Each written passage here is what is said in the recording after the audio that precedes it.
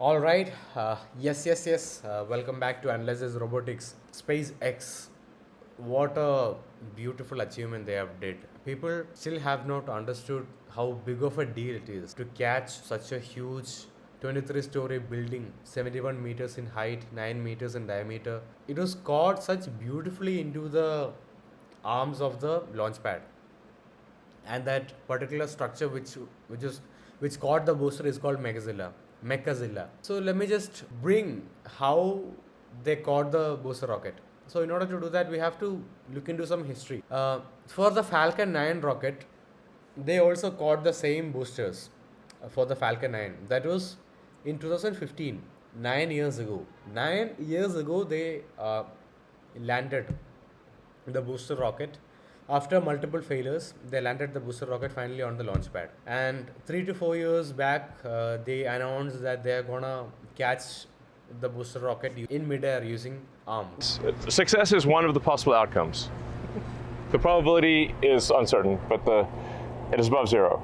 So Why did they thought of using a reusable rocket in the first place? We'll talk about why did they thought of using reusable rockets. Why did they think of catching the rocket midair? Then how did they do it? For the first part, why did they think of using a reusable rocket? The main reason is there will be excess methane inside the booster rockets, inside the boosters.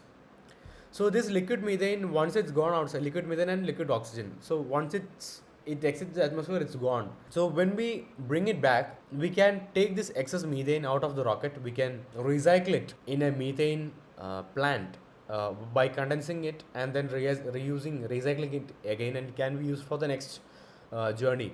And also by doing this reusable rocket idea, SpaceX have saved almost $1.4 billion. So that's an incredible achievement which have done by a space company which no one else has done. So that's amazing. And another thing, why did they thought of? Because for Falcon 9 we saw that it was properly landing with the landing gears on the proper launch pad itself. So why did they thought of catching it midair?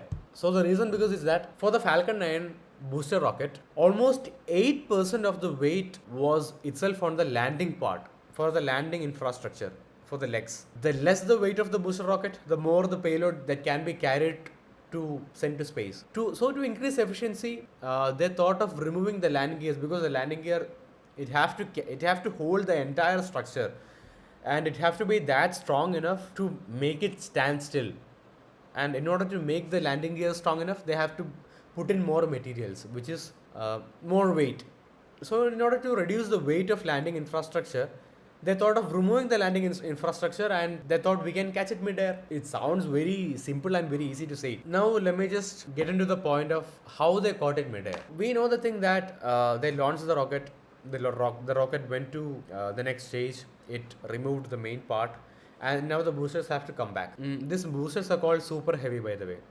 The particular booster that we saw for the Starship, which happened last week, Starship booster is called super heavy, and this particular booster is 71 meters in height, 9 meters in diameter, and 200 metric tons in weight. And this particular booster super heavy has 33 Raptor 2 engines. There are 3 different versions for this Raptor engines: Raptor 1, Raptor 2, Raptor 3.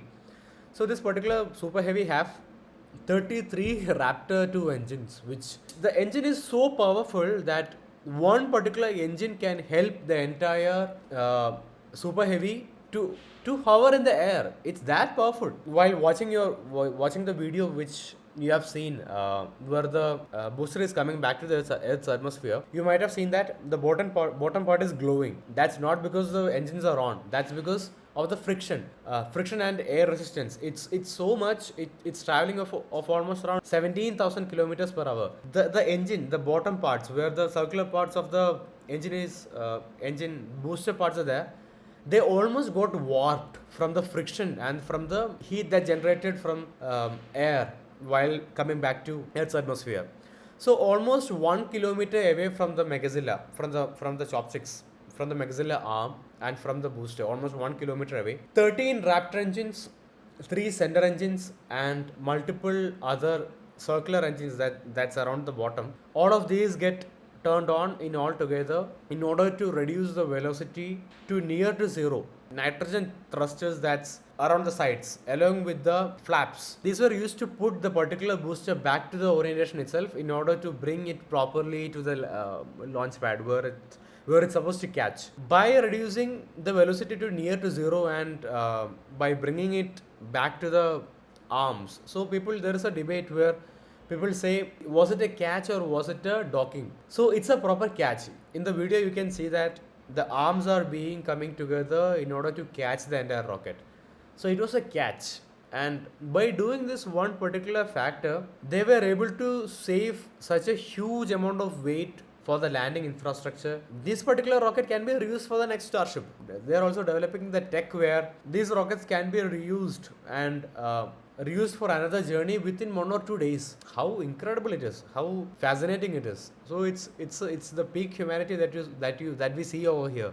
I just wanted to share how this happened. So did a bit of research in this particular thing. So that was some basic idea about how SpaceX caught that particular booster engine midair. All right, we'll see in another one. Launch tower. What an incredible view! Wow. I don't know about you, but we're losing our stuff up here.